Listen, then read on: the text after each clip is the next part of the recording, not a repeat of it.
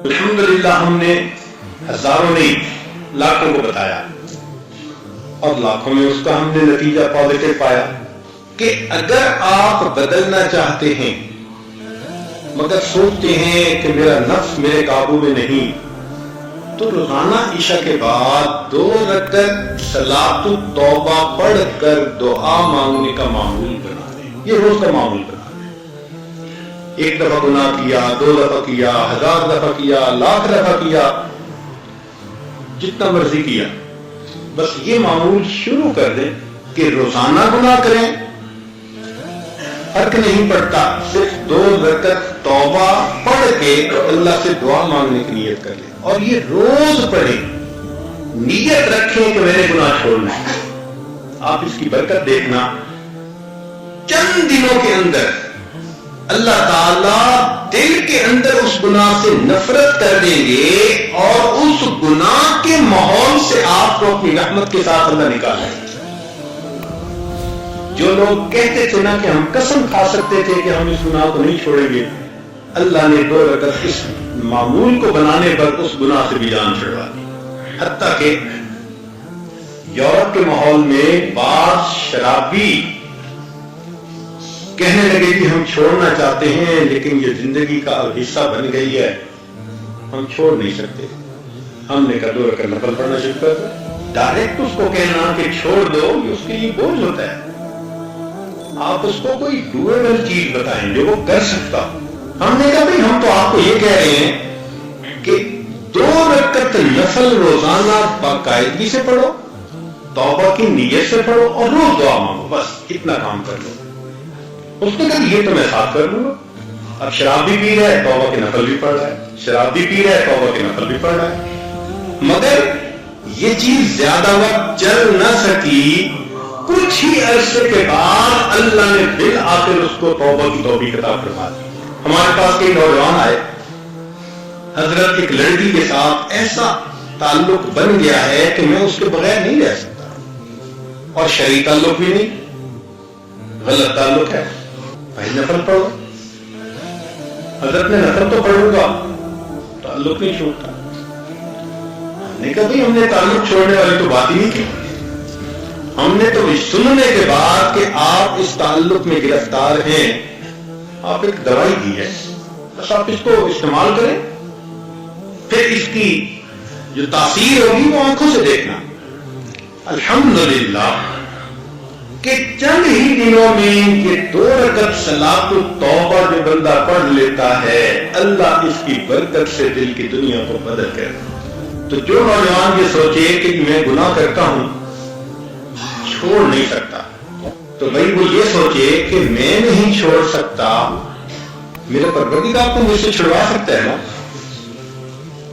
تو اگر اللہ تعالی ہم سے چھڑوا سکتے ہیں تو ہم 2 رکعت نفل تو شروع کر دینا،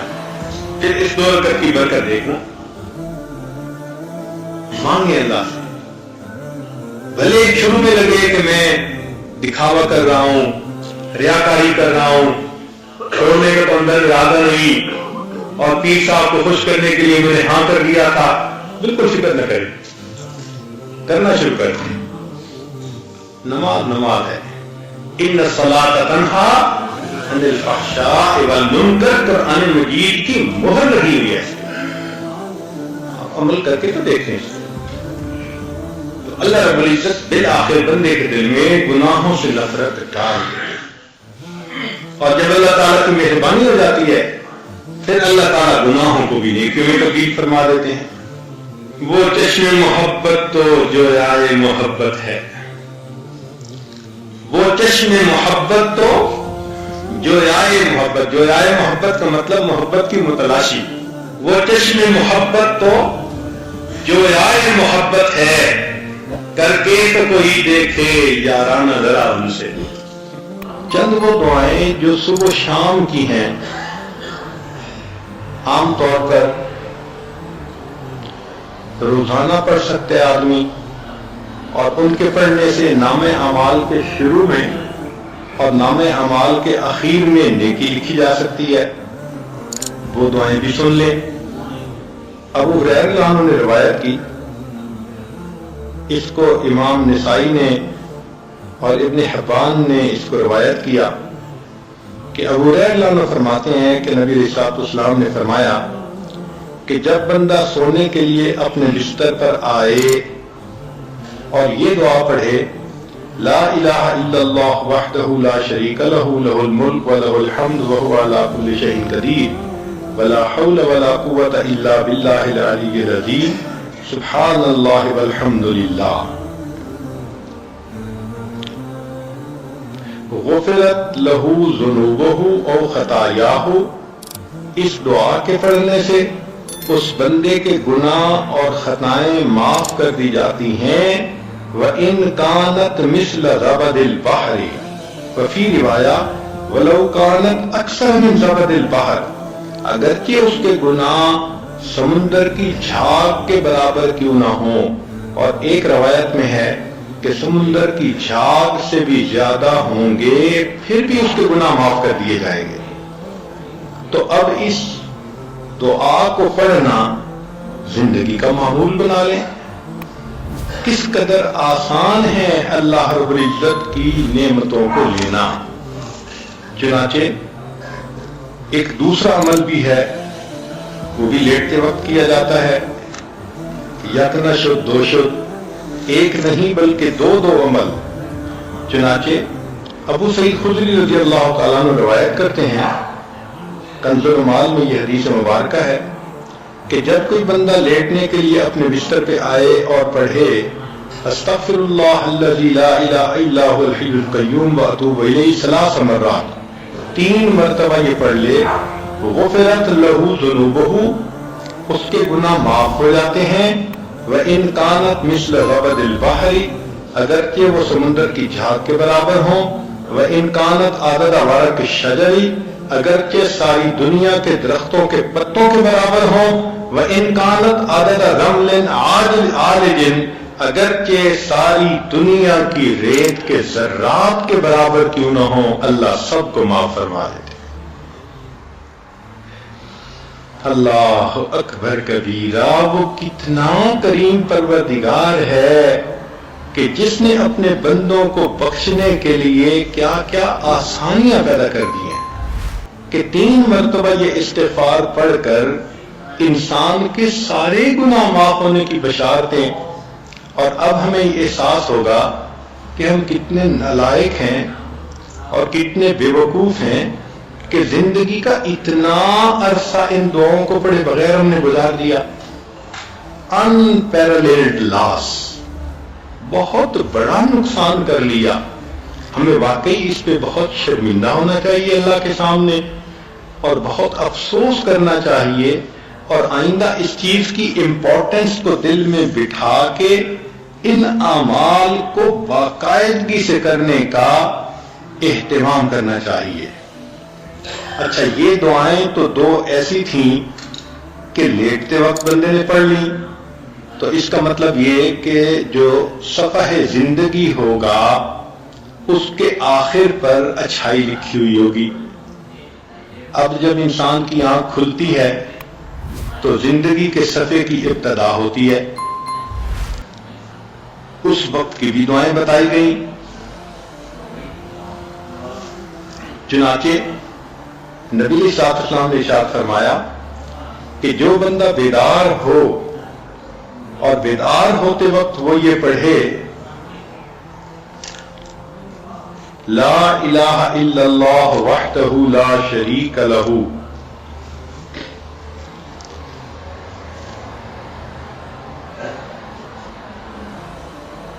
لا الہ الا اللہ وحدہ لا شریک لہ لہ الملک ولہ الحمد وہو علی کل شیء قدیر، الحمد للہ وسبحان اللہ ولا الہ الا اللہ واللہ اکبر ولا حول ولا قوة الا باللہ، ثم قال اللہم اغفر لی۔ یعنی جو بندہ صبح اٹھے اور یہ دعا پڑھے اور اس کے بعد کہے اللہم اغفر لی، اللہ میری مغفرت فرما دے، تو اللہ رب العزت اس پر اس بندے کی مغفرت فرما دیتے ہیں۔ بلکہ اس کے بعد فَإِن تَوَضَّأَ ثُمَّ صَلَّى، قبلت صلاتہ، اس دعا کے پڑھنے کی ایک خوبی یہ بھی ہے کہ اگر اس کے بعد اس نے وضو کیا اور فجر کی نماز پڑھی تو اللہ اس کی نماز کو بھی قبول فرما لیتے ہیں۔ تو دیکھیں، نام اعمال کے شروع میں بھی آپ نیکیاں لکھوا سکتی ہیں، اور عجیب مزے کی بات کہ درمیان میں بھی، نیند کے درمیان میں جب بندہ کروٹ لیتا ہے تو کئی مرتبہ آنکھ کھلتی ہے، تو جب آنکھ کھلتی ہے تو اس وقت بھی کچھ پڑھنے کے الفاظ ہیں، اگر ان الفاظ کو پڑھ لیں تو اس پر بھی اللہ رب العزت کی طرف سے مغفرت، اللہ رب العزت کی طرف سے اس پر بھی بندے کے گناہ معاف ہوتے ہیں۔ اب کروٹیں بدلتے ہوئے آنکھ کا کھلنا یہ تو معمول کی بات ہے، کتنی مرتبہ انسان سردی کے موسم میں کمبل ٹھیک کرتا ہے، رضائی ٹھیک کرتا ہے، اپنی کروٹ بدلتا ہے، ایک طرف سے دوسری طرف ہوتا ہے، تو کروٹ بدلتے ہوئے دعا کرنا، سبحان اللہ۔ عبداللہ بن عمر رضی اللہ عنہ نے اس کو روایت کیا کہ جو بندہ قال حین یتحرک من اللیل، کہ جو بندہ رات کو سویا ہوا کروٹ بدلے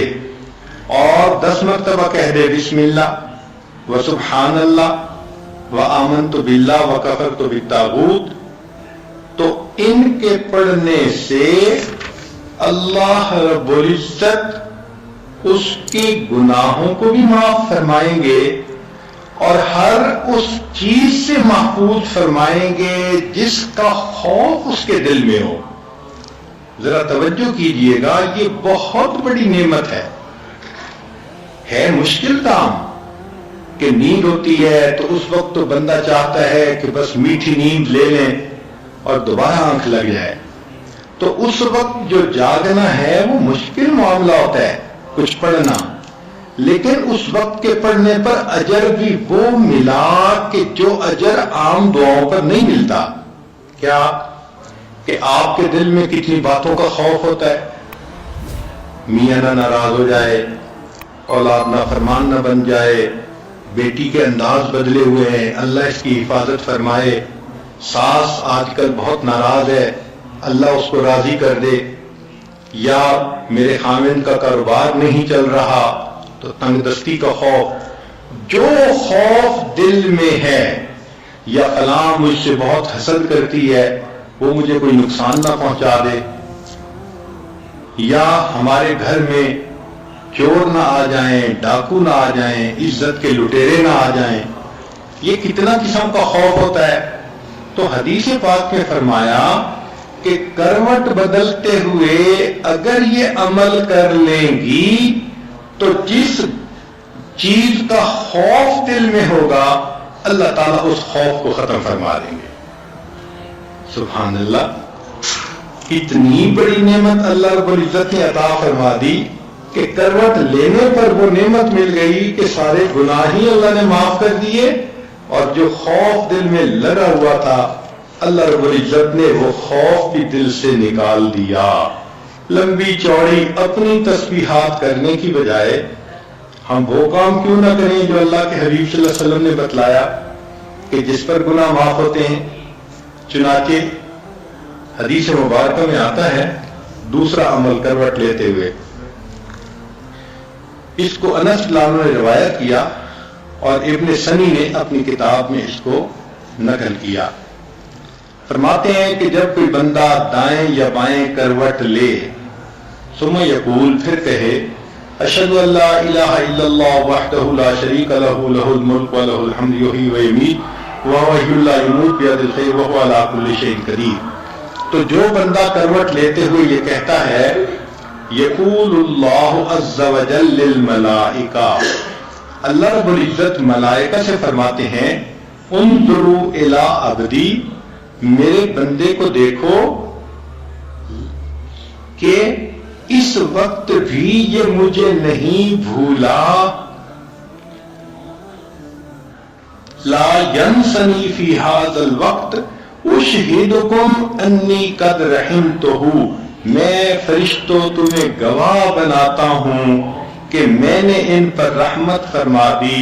وغفرت لہ، اور میں نے اس بندے کی مغفرت فرما دی۔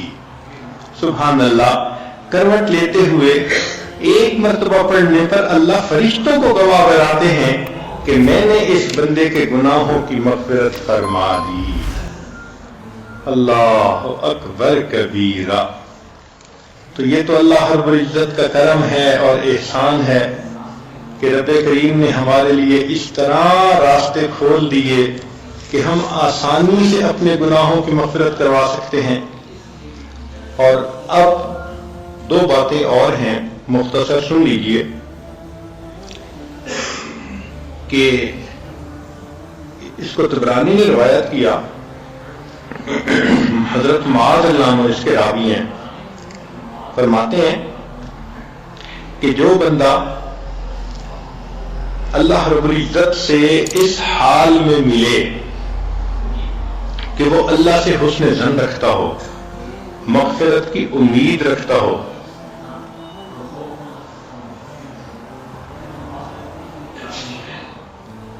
چنانچہ حدیث پاک میں فرمایا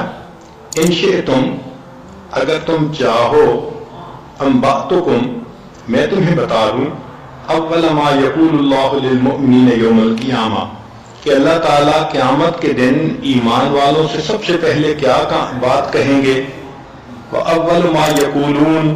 اور یہ اللہ کو کیا کہیں گے، فَإِنَّ اللَّهَ يَقُولُ لِلْمُؤْمِنِينَ، اللہ تعالیٰ ایمان والوں کو قیامت کے دن یہ فرمائیں گے، هَلْ أَحْبَبْتُمْ لِقَائِي، کیا تمہیں مجھ سے ملاقات کرنا پسند تھا، فَيَقُولُونَ، ایمان والے جواب دیں گے، نعم یا ربنا، اے پروردگار ہمیں آپ سے ملنا بہت پسند تھا، ہم دعائیں مانگتے تھے، اداس ہوتے تھے اور آپ کو ملنے کی تمنائیں کیا کرتے تھے، فیقول لما، اللہ پوچھیں گے کہ کیوں ملاقات مجھ سے کرنے کی تمہیں تمنا تھی، فیقولون، وہ جواب میں کہیں گے، رجونا عفوک ومغفرتک، اللہ ہمیں آپ سے مغفرت اور معافی کی امید تھی، فیقول، اللہ فرمائیں گے، فقد اوجبت لکم عفوی ومغفرتی، میں نے اپنے عفو اور مغفرت کو تم پر واجب کر دیا۔ سبحان اللہ، جو بندہ اللہ سے حسن ظن رکھے کہ وہ میرے پر مہربانی فرمائے گا، گناہوں کو معاف کرے گا، اللہ قیامت کے دن اسی بات کو بہانہ بنا کر گناہ معاف کر دیں گے۔ اور آج کی مجلس کی آخری حدیث مبارکہ، اس کو سلمان فارسی رضی اللہ عنہ نے روایت کیا کہ ان رسول اللہ صلی اللہ علیہ وسلم قال اذا رجف قلب المؤمن فی سبیل اللہ تحطت خطایاہ کما یتحط عذق النخلۃ ای ثمارها، کہ نبی علیہ الصلوۃ والسلام نے ارشاد فرمایا کہ جب مسلمان کا دل اللہ کے راستے میں کپ کپانے لگے تو اس کی خطائیں ایسے جھڑتی ہیں جیسے کہ تیز ہوا کے چلنے سے کھجور کے خوشے گر جاتے ہیں، یعنی درخت سے پھل گر جاتا ہے جیسے تیز ہوا کے چلنے سے، ایسے جس بندے کا دل اللہ کی عظمت کو سوچ کے کپ کپایا، اللہ کی خوف سے کپ کپا گیا، اس کے گناہ اسی وقت جھڑ جاتے ہیں۔ اس کا آسان طریقہ کہ آپ شام کو سونے سے پہلے، یعنی مصلی پہ جب نماز مکمل کریں تو ایک عادت بنا لیں کہ پوری دن کے جو اعمال ہیں ان کو ریویو کریں۔ آج میں نے کیا کیا، کون سے اچھے کام کیے، اس پہ دل میں الحمدللہ پڑھ لیں، شکر ادا کریں، اور مجھ سے آج کون سی غلطیاں ہوئیں، کہاں میں نے بد نظری کی، کہاں میں نے بے پردگی کی، کہاں میں نے غیبت کی، اور جو جو گناہ اس دن سرزد ہوئے، کہاں میں نے جھوٹ بولا، کہاں کیا گناہ سرزد ہوا، تو ان تمام گناہوں کو سوچ کر اپنے دل میں نادم ہوں، استغفار کریں، اور اگر آپ کا دل ندامت سے کپ کپا اٹھے گا، اس عمل پر سارے دن کے گناہوں کو اللہ معاف فرما دیں گے۔ اس کو عادت بنا لیجئے کہ رات کو سونے سے پہلے لوگ تو اپنا منہ صاف کر کے سو لیتے ہیں، عورتیں بچوں کو سمجھاتی ہیں کہ سونے سے پہلے ٹوتھ برش کرنا بڑا ضروری، تاکہ صاف دانتوں کو لے کے سو۔ اگر صاف منہ کو لے کے سونا اتنا اہم ہے تو صاف دل کو لے کے بھی تو سونا اہم ہے۔ اللہ تعالی ہمیں سمجھ عطا فرمائے تاکہ ہم موقع موقع کی دعاؤں کو پڑھیں اور اللہ سے اس کی رحمتوں کو حاصل کریں۔ ذنون مصری رحمۃ اللہ علیہ فرماتے ہیں الشوق کہ محبت اور شوق جب اللہ تعالیٰ کا دل میں بہت بڑھ جاتا ہے تو پھر اذا بلغ العبد استبطأ الموت شوقا الى ربه وحبا للقائه والنظر الیہ، تو بندے کو موت بے تاب کر دیتی ہے، دل چاہتا ہے کہ موت جلدی آ جائے تاکہ مجھے اللہ سے ملاقات نصیب ہو جائے اور اللہ تعالیٰ کا دیدار نصیب ہو جائے۔ سبحان اللہ، معلوم ہوا کہ اللہ رب العزت کی محبت انسان کے لیے زندگی کا سب سے بڑا سرمایہ ہے۔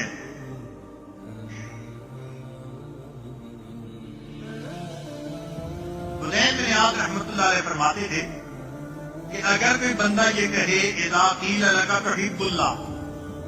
اگر کوئی بندہ تم سے یہ پوچھے کہ تم اللہ سے محبت کرتے ہو، فاسکت،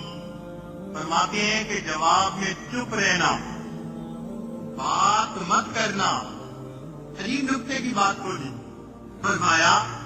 کہ جب کوئی تم سے پوچھے کہ تم اللہ سے محبت کرتے ہو، فاسکت، خاموش رہنا۔ فإن قلت لا کفرت، اگر تم نے کہا نہیں تو پھر کافر ہو جاؤ گے۔ وَإِن قُلْتَ نَعَمْ، اور اگر تم نے کہا ہاں، فَلَيْسَ وَصْفُكَ وَصْفُ الْمُحِبِّينَ، تو محبین کا وصف تو تمہارے اندر موجود نہیں، لہذا جھوٹ بولنے سے پرہیز کر لینا۔ اللہ اکبر کبیرہ۔ تو معلوم ہوا کہ ہم اگر اللہ رب العزت سے محبت کرتے ہیں تو ہمیں محبین کی صفات اپنے اندر پیدا کرنے کی ضرورت ہے، اور محبین کی یہ دلیل ہوتی ہے کہ ان کے ان یکون ذکر اللہ عندک احلی من العسل، اللہ کا ذکر ان کے نزدیک شہد کھانے سے بھی زیادہ مرغوب ہو جاتا ہے۔ اور آج اگر پوچھئے کہ بھئی معاملات کرتے ہیں تو جواب کیا ملتا ہے؟ جی مجھے تو وقت ہی نہیں ملتا، مجھے تو فرصت ہی نہیں ملتی۔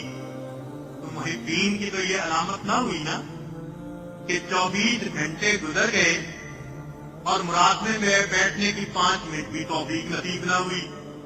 مہینوں گزر جاتے ہیں، تہجد کی توفیق نہیں ہوتی۔ یہ معلوم ہوتا ہے کہ انسان اللہ سے برائے نام محبت کا اظہار کرتا ہے، اس کے دل میں اللہ کی محبت نے جڑ نہیں پکڑی ہوتی۔ اگر محبت دل میں جڑ پکڑ جائے تو یہ کیسے ممکن ہے کہ انسان پورا دن اپنے رب کو یاد نہ کرے؟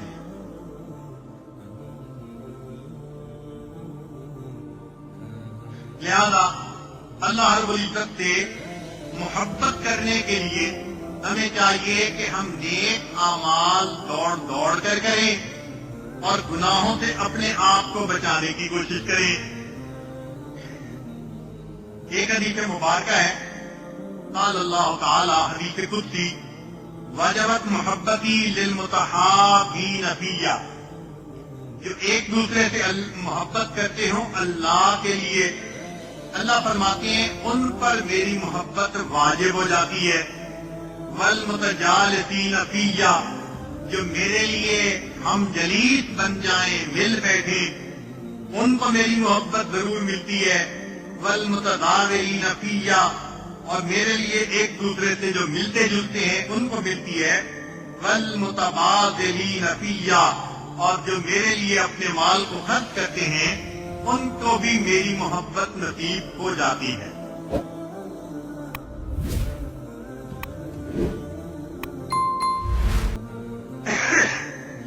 چنانچہ مسلم میں یہ قال رحمۃ اللہ علیہ فرماتے ہیں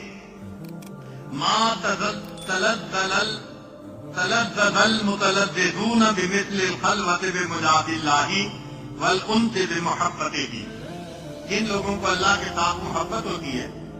ان کو پھر اللہ کے ساتھ خلوت میں کیا مزہ ملتا ہے